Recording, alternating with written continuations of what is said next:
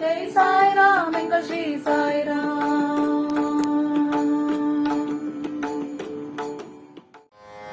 ஓம் சாய்ராம். தாய் அன்பர்களுக்கு என் பணிவான வணக்கங்கள். இன்று பிறந்த நாள் கொண்டாடிய அனைவருக்கும் நம் சாயப்பாவின் பரிபூரணமான ஆசீர்வாதங்கள் கிடைக்கட்டும். நாம் 48 நாட்கள் ஸ்ரீ சாய்நாத ஸ்தவன மஞ்சரி பாராயணம் செய்து வருகிறோம். இந்த 48 நாட்கள் முடிவதற்குள் நம் சாயப்பா நிச்சயமாக நம் ஒவ்வொருவருடைய பிரார்த்தனைகளையும் நிறைவேற்றி தருவார். அவருடைய அருளும் அனுகிரகமும் இதை படிக்கும் கேட்கும் அனைவருக்கும் பரிபூரணமாக கிடைக்க வேண்டும் என்று நான் மனதார பிரார்த்தனை செய்கிறேன். இப்போது நம் அனைவருடைய வேண்டுதல்களையும் அவர் மலர்பாதங்களில் சமர்ப்பணம் செய்து முழுமையான நம்பிக்கையுடன் இப்போது பாராயணம் செய்யலாம். ஓம் சாய்ராம். ஸ்ரீ சாய்நாத ஸ்தவன மஞ்சரி. ஸ்ரீ கணேசனை வணங்குகிறேன். எல்லாவற்றுக்கும் ஆதாரமானவனே, மயூரேஸ்வரா, எல்லாவற்றுக்கும் சாட்சியாக விளங்குபவனே, கௌரியின் மகனே, ஓ எண்ணங்களுக்கு எட்டாதவனே, திருத்த வைரனே, ஸ்ரீ கணபதி, என்னை காப்பாற்று. நீ எல்லா கணங்களுக்கும் முதல்வனும் தலைவனும் ஆவாய். எனவே உன்னை கணேசன் என்பார். எல்லா சாஸ்திரங்களாலும் ஏற்றுக்கொள்ளப்பட்டவன் நீ. ஓ சாரதா, வாக்கின் தெய்வமே, நீ ஒளி வடிவமாக பிறக்கும் பதங்களின் தலைவி. உன்னுடைய இருப்பினால் தான் உலகத்தில் எல்லா நிகழ்ச்சிகளும் நடக்கின்றன. நீ எழுத்தாளர்களின் தேவதை. நீ எப்பொழுதும் தேசத்தின் அணிகலனாக விளங்குகிறாய். உனது எல்லையற்ற சக்தி எல்லாவற்றிலும் விளங்குகிறது. ஓ ஜெகதம்பா, உன்னை வணங்குகின்றேன். ஓ பூர்ண பிரம்மா, தெய்வீக தோற்றத்தின் மிக உயர்ந்த இறுதி நிலையில் உள்ளவனே, மகான்களுக்கு பிரியமானவனே, குணங்களோடு கூடிய உருவம் எடுத்தவனே, பண்டரிராயா, கருணை கடலே, எல்லையற்ற கருணை உடையவனே, பாண்டுரங்கா, ஓ நரகரி, நீ எல்லாவற்றின் சூத்திரதாரி, எல்லாவற்றையும் ஆட்டுவிக்கும் கயிற்றை தாங்கியவன். நீ ஜெகமெங்கும் வியாபித்துள்ளாய். எல்லா சாஸ்திரங்களும் உன்னுடைய உண்மையான உருவத்தை பற்றி ஆராய்ச்சி செய்கின்றன. வெறும் புத்தக அறிவு மட்டுமே பெற்றவர்களுக்கு நீ காணப்படுவதில்லை. ஓ சக்கரபாணி, அத்தகைய அறிவியல்கள் யாவரும் வெறும் வாத பிரதிவாதங்களிலேயே உழல்கிறார்கள். மகான்கள் மட்டுமே உன்னை அறிகிறார்கள். மற்றவர்கள் குழப்பத்தில் மூழ்கியவர்களாக மயங்கியவர்களாக உள்ளார்கள். உனக்கு பக்தியோடு கூடிய எனது நமஸ்காரத்தை சமர்ப்பிக்கின்றேன். ஓ 5 முகங்களை உடையவனே, சங்கரா, மனித மண்டையோடுகளாலான மாலை அணிந்தவனே, நீல நிறமுடைய கழுத்தனை, திகம்பரா, ஓங்கார ரூபா, பசுபதி, எவருடைய உதடுகளில் உனது நாமம் விளங்குகிறதோ அவர்களது துன்பங்கள் உடனடியாக விலகிவிடும். ஓ தூர்ஜடி, உன் நாமத்தின் மகிமை அத்தகையது. உனது பாதங்களை வணங்கி நான் இந்த துதியை எழுத முற்படுகிறேன். நீலகண்டா, இதற்கு உனது முழுமையான உதவியை எல்லா விதத்திலும் எனக்கு அளிப்பாய். இப்போது அத்ரி மகரிஷியின் குமாரரான தத்தரையும், லக்ஷ்மி தேவியின் குலதெய்வமான விஷ்ணுவையும், ஸ்ரீ துகாராம் முதலான எல்லா மகான்களையும், பின்னர் பக்தர்கள் அனைவரையும் வணங்குகின்றேன். சாய்நாதா, உமக்கு வெற்றி உண்டாகுக. பாவிகளை உயிர்ப்பவரே, அருள் நிறைந்தவரே, இப்பொழுது உமது பாதத்தில் எனது சிரத்தை வைக்கின்றேன். எனக்கு பயமற்ற நிலையில் உமது பாதுகாப்பை கொடு. நீ பூரணமான பிரம்மஸ்வரூபம், சுகங்களின் இருப்பிடம், மனிதர்களில் சிறந்தவனே, நீயே விஷ்ணு. எவருடைய பாதி உடலாக உமாதேவி இருக்கிறாளோ அந்த காமனை எரித்த சிவனும் நீயே. நீ மனித உருவெடுத்த பரமேஸ்வரன். நீ ஞான வானத்தின் கதிரவன். நீ கருணை கடல். நீ பிறப்பிறப்பாகிய பிணிக்கு மருந்து. நீ ஏழை எளியவர்களின் சிந்தாமணி. நீ உனது பக்தர்களை தூய்மைப்படுத்தும் கங்கா நதி. சம்சார கடலில் மூழ்குபவர்களுக்கு நீ ஓடம், அஞ்சுபவர்களுக்கு புகலிடம் நீ.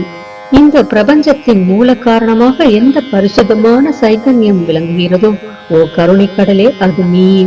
இந்த பிரபஞ்சம் உனது ஒரு விளையாட்டு.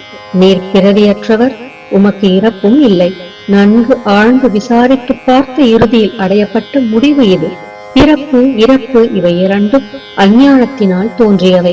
ஓ மகாராஜா, நீர் அவை இரண்டினின்றும் கொஞ்சம் கூட பற்றற்றவராக உள்ளீர். நீர் ஓடையில் வெளிப்பட்டது என்றால் அது அங்கேயே தோன்றியதாக ஆகுமா? முன்பே நீர் நிரம்ப உள்ளது, உள்ளே இருந்து வெளியே வந்தது, அவ்வளவே. படுகையில் நீர் வந்தபோது அதற்கு ஓடை என்று பெயர் ஏற்பட்டது. நீரில்லாவிடில் அது வெறும் படுகையே. பெருகுவது வற்றி விடுவது பற்றி நீர் சற்றும் பொருட்படுத்துவதே இல்லை. நீர் படுகைக்கு கொஞ்சமேனும் முக்கியத்துவம் அளிப்பதில்லை. படுகை மட்டும் நீர் நிறைந்துள்ள போது பெருமை கொள்கிறது. நீர் வற்றும் போது மிகவும் வருந்தும் நிலையை அடைகிறது. மனித உடல் நீர்ப்படுகை போன்றது. சுத்த சைதன்யமே பரிசுத்தமான நீர் ஊற்று. நீர்ப்படுகைகள் எண்ணற்றவை. இருப்பினும் நீர் மட்டும் வேறுபடுவதில்லை. பிறப்பற்றவரான அருட்கடலே, உமது வஜ்ராயுதம் என் அஞ்ஞானமாகிய மலையை அடிக்கட்டும் என்று வேண்டுகின்றேன். இத்தகைய எண்ணற்ற தோற்றங்கள் இதுவரை பூமியில் ஏற்பட்டுள்ளன, இப்பொழுதும் இருந்து வருகின்றன, காலகிரமத்தில் இனிமேலும் ஏற்பட போகின்றன. அந்த ஒவ்வொரு தோற்றத்துக்கும் ஒரு தனி பெயரும் குலமும் கிடைக்கிறது. அதன் மூலம் உலகத்தில் அவற்றை பிரித்தறிகிறார்கள். சைதன்யத்தை பொறுத்தவரை நான் நீ என்று கூறுவது பொருந்தாது. இருமை என்பதே எங்கு இருப்பதற்கு இடம் இல்லையோ அதே உண்மையில் சைதன்யம் எனப்படுவது. மேலும் உண்மையில் சைதன்யம் பிரபஞ்சம் முழுவதையும் வியாபித்து உள்ளது. பின் நான் நீ என்ற பாவனை எவ்வாறு பொருந்தும்? மேகத்திலிருந்து பிறக்கும் நீர் ஒரே தன்மையானது. பூமியின் மேல் இறங்கிய பிறகு அதற்கு பற்பல வேறுபாடுகள் ஏற்படுகின்றன. கோதாவரி நதிப்படுகையில் விழுந்த நீர் கோதாவரி என்று அழைக்கப்படுகிறது. கிணற்றில் விழுந்த நீருக்கு அத்தகைய மேன்மை இல்லை. மகான்களின் உருவமாகிய கோதாவரியில் உள்ள நீர் நீங்கள். நாங்கள் குளம், குட்டை, கிணறு போன்றவர்கள். நம்மிடையே உள்ள வேறுபாடு இதுவே. எங்களுடைய வாழ்வின் உண்மையான குறிக்கோளை அடைய நாங்கள் உங்களிடம் வர வேண்டும். எப்பொழுதும் கரம் கூப்பி உங்களை சரணடைய வேண்டும். ஏனெனில் நீங்கள் புனிதத்தின் உறைவிடம். கோதாவரி நதிக்கு பாத்திரத்தினால் படுகையினால் புனிதம் ஏற்பட்டது. வெறும் நீரை மட்டுமே நோக்குவோமாகில் அது எங்கும் ஒரே விதமானது. கோதாவரி நதிப்படுகை புனிதம் வாய்ந்ததென்பது தீர்மானிக்கப்பட்ட உண்மை. அதனை தீர்மானிப்பதற்கு பூமியின் நல்ல தன்மை, தீயத்தன்மை ஆகியவையே உதவி செய்கின்றன என்பதை நோக்கவும். மேகத்தினின்று வந்த நீரின் புனிதத்தை எந்த பூமி பாகம் மாற்றவில்லையோ அந்த பாகத்தை சாஸ்திரம் அறிந்தவர்கள் கோதா என்று அழைத்தார்கள். மற்ற இடங்களில் விழுந்த நீர் அந்தந்த மண்ணின் குணத்தை ஏற்றுக்கொண்டது. தோற்றத்தின் போது இனிமையாயிருந்த நீர் அசுத்தமாகவும் கசப்பாகவும் உப்பாகவும் ஆயிற்று. அவ்வாறே ஓ குருநாதா, எந்த சரீரத்தில் 6 வைரிகளின் மாசு ஏற்படவில்லையோ அந்த புனிதமான சரீரத்திற்கு மகான் என்ற பெயர் பொருந்தும். எனவே மேன்மையும் புனிதமும் பொருந்திய மகான்களை அந்த கோதாவரி என்றே கூறுகின்றேன். எல்லா ஜீவர்களிலும் உங்களது தகுதி மிகச் சிறந்ததாக உள்ளது. பிரபஞ்சத்தின் ஆரம்ப காலத்திலிருந்தே கோதாவரி ஏற்பட்டு உள்ளது. நீரும் முழுமையாக நிரம்பி உள்ளது. இன்று வரை அதற்கு குறைவு ஏற்படவில்லை. ராவணனுடைய வயிறு கோதாவரியின் கரைக்கு வந்தபோது இருந்த அதே நீர் இன்று வரை எவ்வாறு இருக்கும் என்று பாருங்கள். படுகை மட்டும் அதே. நீர் கடலை அடைந்தது.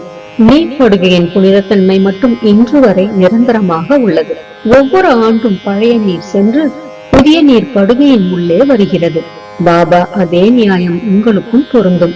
ஒவ்வொரு நூற்றாண்டும் ஓராண்டை போலவும் அந்த நூற்றாண்டில் தோன்றிய சாதுக்கள் நீரை போலவும் அவர்களுள் மிக பெரிய மகான்கள் அலைகள் போலவும் உவமிக்கப்படுகிறார்கள். இந்த மகான்களின் உருவமாகிய கோதாவரியில் முதல் ஆண்டில் சனதர், சனகர், சனந்தனர் முதலியோரின் வெள்ளம் ஏற்பட்டது. பின்னர் நாரதர், தும்புரு, பிரகலாதன், பலிராஜா, சபரி, அங்கதன், வாயுகுமாரன், விதுரர், கோபர்களும் கோபிகைகளும் தோன்றினர். இவ்வாறு இன்று வரை ஒவ்வொரு நூற்றாண்டிலும் ஒன்றன் பின் ஒன்றாக மகான்களின் வெள்ளம் ஏற்பட்டு வந்துள்ளது. நான் அதனை வர்ணிப்பதற்கு இயலாதவனாக உள்ளேன். ஓ சாய்நாதா, இந்த நிகழும் நூற்றாண்டில் மகான்களின் தோற்றமாகிய கோதாவரியில் நிச்சயமாக உமது வெள்ளம் வந்துள்ளது. எனவே உமது திவ்ய சரணார விந்தங்களுக்கு வந்தனை செய்கின்றேன். மகாராஜா, எனது துர்குணங்களை கொஞ்சம் கூட பொருட்படுத்த வேண்டாம். நான் ஏழை, எளியவன், அஞ்ஞானி, பாவிகளுக்குள்ளே தலை சிறந்தவன், எல்லா துர்குணங்களும் பொருந்தியவன். ஆனால் என்னை நிராகரிக்க வேண்டாம். பரிசக்கள் இரும்பினுடைய குறைகளை பொருட்படுத்துவதில்லை. கோதாவரி நதி தன்னை அடைந்த கிராமத்து சிறு ஓடைகளை திருப்பி அனுப்புவதில்லை.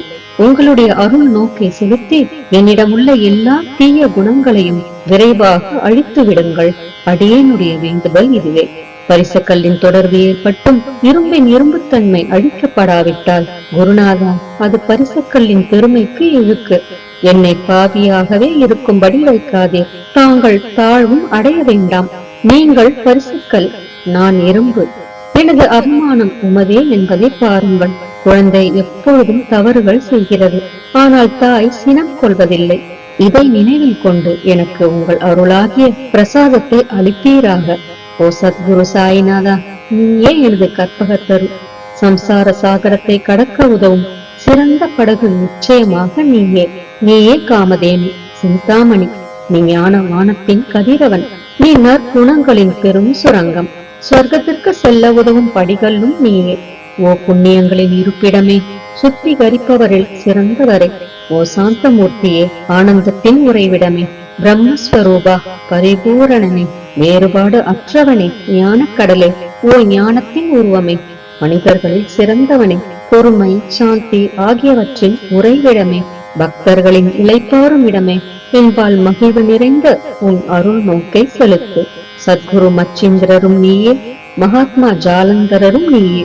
நீயே நிவர்த்திநாதரும் ஞானேஸ்வரரும் ஆவாய். கபீர், ஷேக் முகமது, ஏசுநாதர் ஆகியோரும் நீயே. நீயே போதலாவும் சாவதாமாலியும், உண்மையில் ராமதாசரும் நீயே. சாய்நாதா, நீயே துகாரம், சகாராம் மகாராஜும் மாணிக்க பிரபுவும் நீயே. உமது இந்த அவதாரம் உண்மையில் அறிய முடியாத விதமாக உள்ளது. தங்களுடைய ஜாதியை பற்றி எவரும் அறிந்து கொள்ளும்படி தாங்கள் விடவில்லை. சிலர் உங்களை முஸ்லிம் என்கின்றனர், சிலர் அந்தனர் என்கின்றனர். கிருஷ்ணனுக்கு சமமான லீலைகளை தாங்கள் செய்கிறீர்கள். ஸ்ரீ கிருஷ்ணரை பார்த்து பலரும் பலவிதமாக பேசினர். சிலர் எதுகுலத்து அரிய ஆபரணம் என்றனர், சிலர் இடையன் என்றனர். யசோதை மென்மையான குழந்தை என்றாள். கம்சன் மகா காலன் என்றான். உத்தவர் அன்பு வடிவானவன் என்றார். அர்ஜுனன் பூர்ண ஞானி என்றான். அவ்வாறே தங்களை பற்றியும் தத்தமது மனதில் நிச்சயப்படுத்தியதற்கு தக்கபடி அவரவர்கள் அழைக்கின்றனர். மசூதி உங்களது இருப்பிடம்.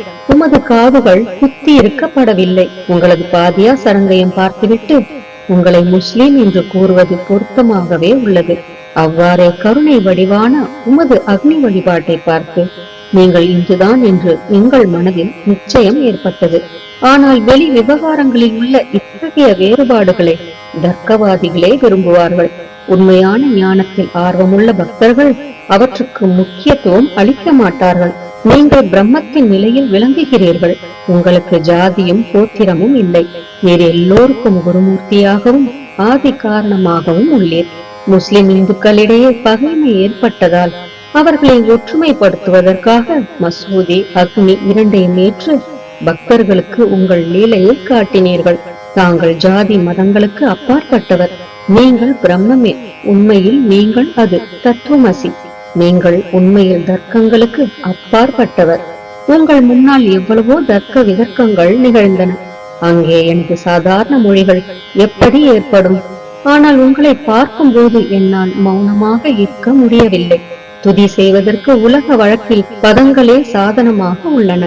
எனவே உங்கள் அருளாசியுடன் பதங்களால் என்னென்ன வர்ணனைகள் ஏற்படுகின்றனவோ அவற்றை எப்பொழுதும் செய்வேன்.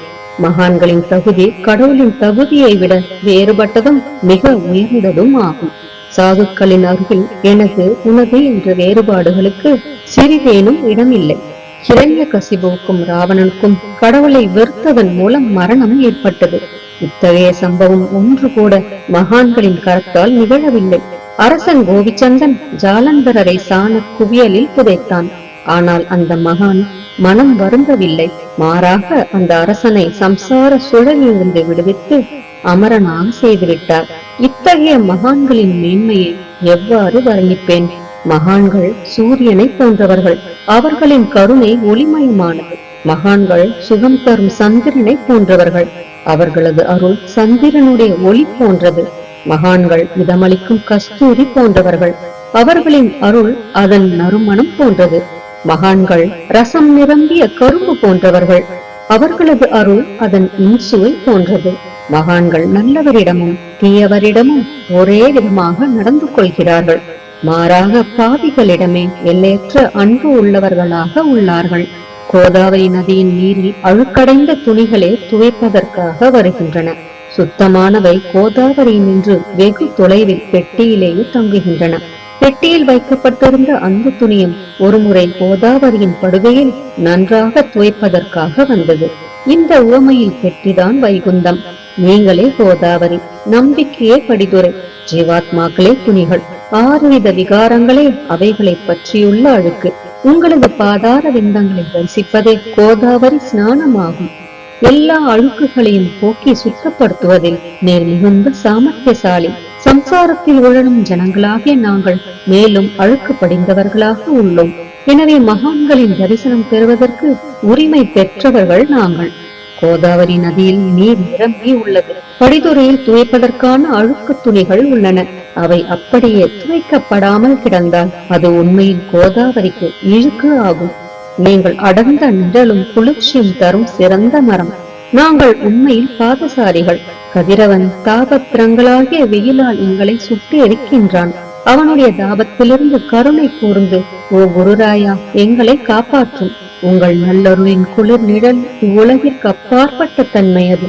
மரத்தின் அடியில் அமர்ந்ததும் ஒருவன் மேலே இருந்து வெயிலை உணர்வானாகின் அந்த மரத்தை எவர் நிழல் தரும் மரம் என்று கூறுவர். உமது அருளின்றி உலகில் நன்மை என்பது ஏற்படுவது இல்லை. தர்மத்தை நிலைநிறுத்துவதற்காக சேஷாய் அர்ஜுனனுக்கு நண்பனானான். விபீஷணன் சுக்ரீவனுடைய அருளினாலேயே அரசன் ஸ்ரீராமனின் அருகாமையை அடைந்தான். மகான்களின் மூலமாகத்தான் ஸ்ரீஹரி மேன்மை அடைந்தார். எந்த பிரம்மத்தை பற்றி வேதங்களில் கூட வர்ணிக்கப்படவில்லையோ அத்தகைய பிரம்மத்தை உலகத்தில் சகுனமாக செய்து வெட்க வைத்தார்கள் மகான்கள். தாமாஜி என்ற பக்தர் வைகுந்தபதியும் ருக்மணி வரணுமாகிய இறைவனை ஒரு மகா தாழ்ந்த குலத்தவராக உருவெடுக்கும்படி செய்தார். சோகமேளா என்ற பக்தர் ஜெகதாத்மா ஆன இறைவனை தமது எருமைகளின் சவத்தை எடுக்கும்படி செய்தார். மகான்களின் பெருமையை உணர்ந்த ஜெகஜீவனாகிய இறைவன் அவர்களுக்காக தண்ணீரும் சுமந்தான்.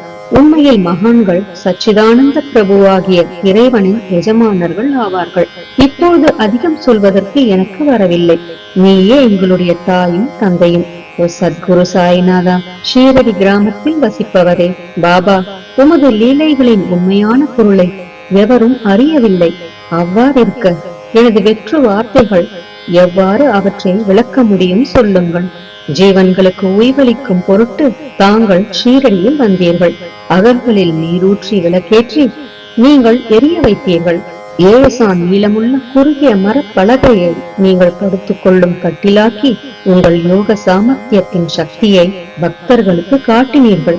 அநேக பெண்மணிகளின் மலட்டு தன்மையை நீக்கி அருளினீர்கள். எத்தனையோ வியாதிகளை ஒதியின் மூலம் குணப்படுத்தினீர்கள். இவ்வுலக சம்பந்தமான துன்பங்களை நீக்குவது உமக்கு ஒரு பொருட்டே அன்று. யானை ஒன்று இரும்பை ஒரு சுமையாக எவ்வாறு கருதும்? இப்போது குருராயா, இந்த எளியவன் பால் கருணை காட்டுவீராக. நான் உமது பாதங்களை அண்டியுள்ளேன்.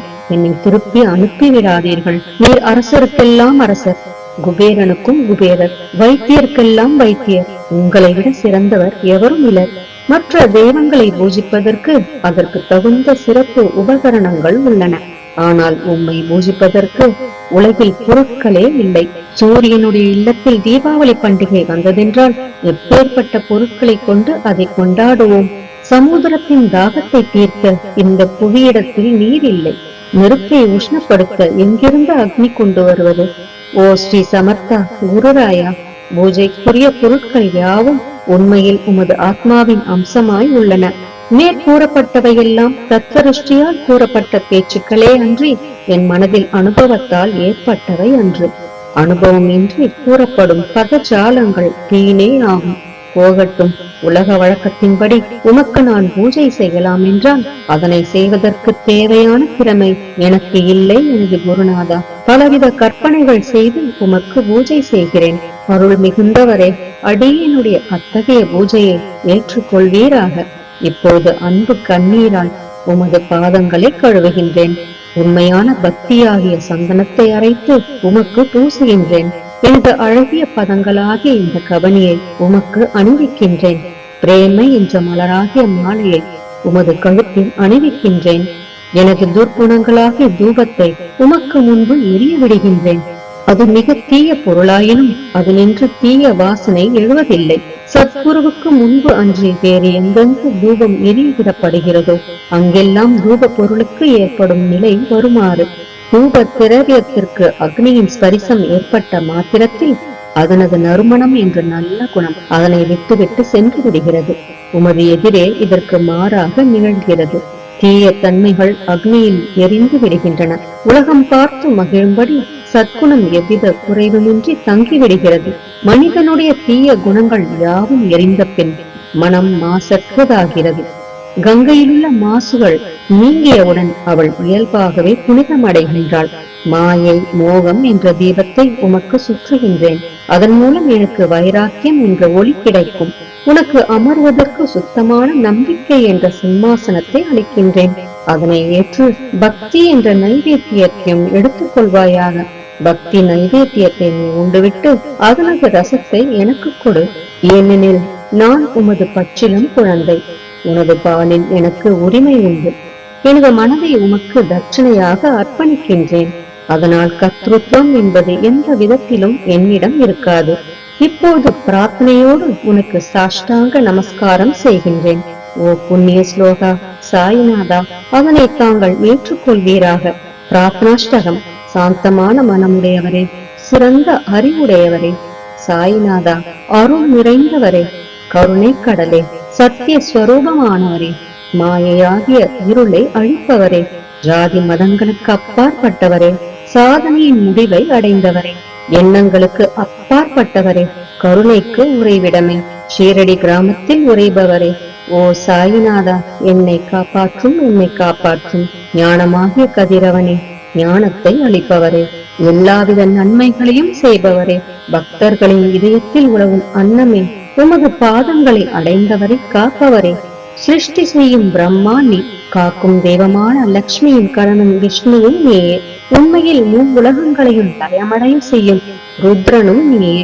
நீர் இல்லாத இடம் இவ்வுலகத்தில் எங்கும் இல்லை. சாய்நாதா, நீர் எல்லாம் அறிபவர், எல்லோரின் இதயத்திலும் உறைபவர். எனது எல்லா குற்றங்களையும் மன்னிக்க வேண்டுமென்று வேண்டுகின்றேன். பக்தியின்மை, சந்தேகங்கள் போன்ற அலைகளை விரைவில் நீக்குவீராக. நீர் பசு, நான் பச்சிலங்கன்று. நீர் சந்திரன், நான் சந்திரகாந்தக்கல்.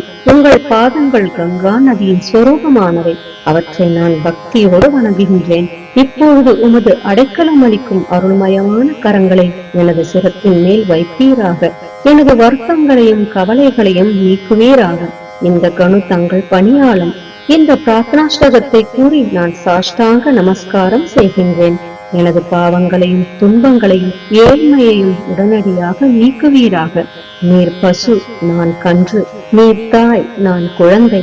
என் விஷயத்தில் மனதில் கடினம் கொள்ள வேண்டாம். நீர் மலையகிரியில் உள்ள சந்தன மரம், நான் உள்ளடர்ந்த புதர். நீர் புனிதமான கோதாவரி நீர், நான் பெரும் பாவி. ஓ குருராயா, உமது தரிசனம் ஏற்பட்ட பிறகும் என்னிடத்தில் உள்ள துர்க்குணம் என்ற மாசு அவ்வாறே தங்கி இருக்குமாகில் உம்மை சந்தனம் என்று எவர் கூறுவர்? கஸ்தூரியின் அண்மையை அடைந்த மண்ணும் உயர்வாக மதிக்கப்படுகிறது. மலர்களின் அண்மையால் நாரும் தலையில் உயர்ந்த இடத்தை பெறுகிறது. மகான்களின் தன்மையும் இத்தகையது. அவர்கள் எந்தெந்த பொருட்களை ஏற்றுக்கொள்கிறார்களோ அவற்றை உயர்ந்த நிலைகளில் அடைவிக்கிறார்கள்.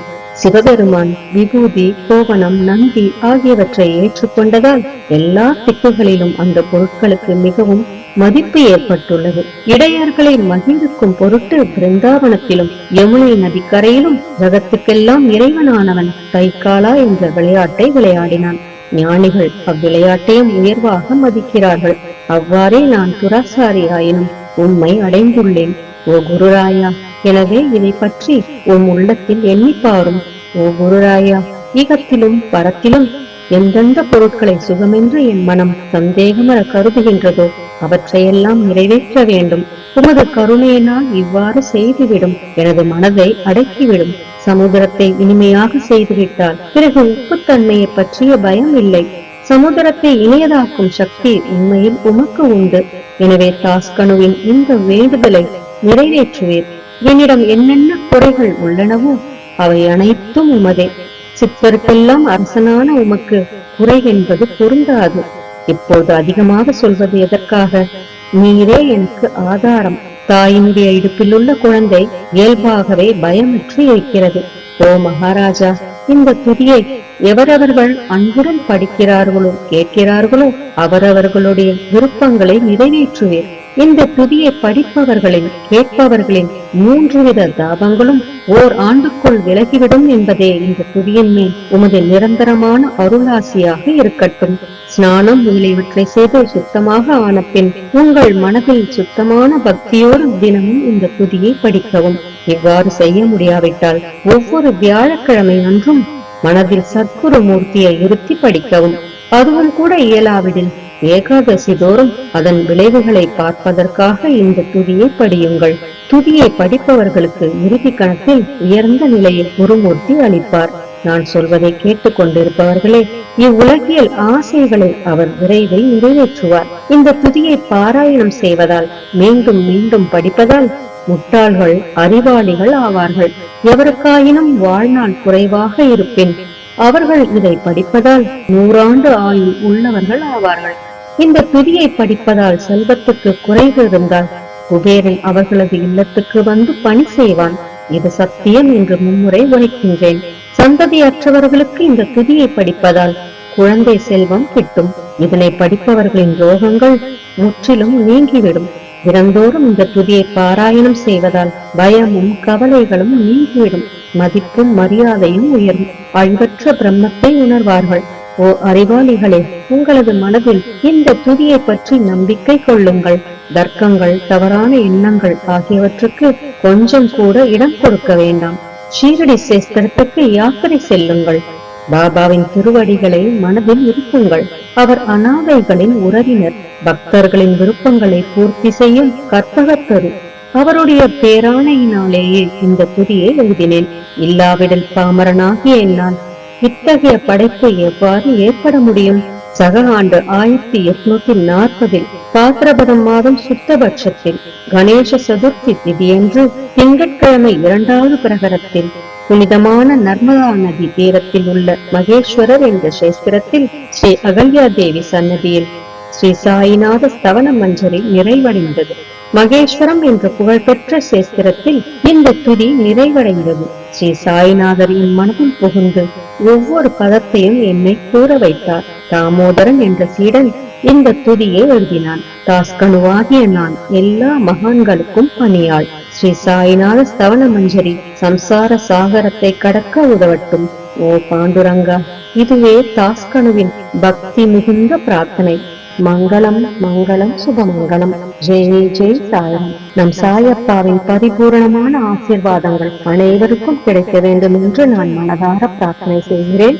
அனைவரும் எல்லா நலன்களையும் பெற்று மிகவும் சிறப்பான, மகிழ்ச்சியான, நிம்மதியான, ஆரோக்கியமான வாழ்க்கை வாழ நம் சாயப்பா நம் அனைவரையும் ஆசீர்வதிக்கட்டும். ஜெய் ஜெய் சாய்ராம். ஜெய் சாய்ராம் எங்கள் ஸ்ரீ சாய்ராம். ஜெய் சாய்ராம் ஜெய ஸ்ரீ சாய்ராம். ஜெய் சாய்ராம் எங்கள் ஸ்ரீ சாய்ராம். ஜெய் சாய்ராம் ஜெய ஸ்ரீ சாய்ராம். ஜெய் சாய்ராம் எங்கள் ஸ்ரீ